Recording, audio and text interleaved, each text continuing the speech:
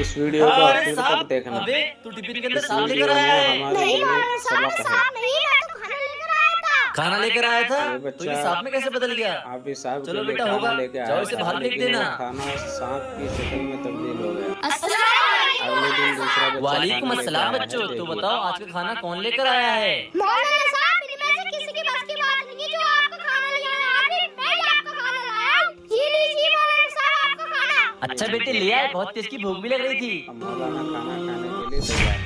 अरे खाने की जगह खून, आखिर ये माजरा क्या है? कल के खाने में सांप बन गया और आज के खाने में खून। बेटा अदीब, कल का खाना तुम लेकर आना। ठीक है मौलाना साहब। तीसरा अस्सलाम वालेकुम मौलाना साहब, ये लीजिए अब आपका तीसरा खाना। बच्चा अच्छा बेटे, ले आए लेकर खाना? आया अपने घर से।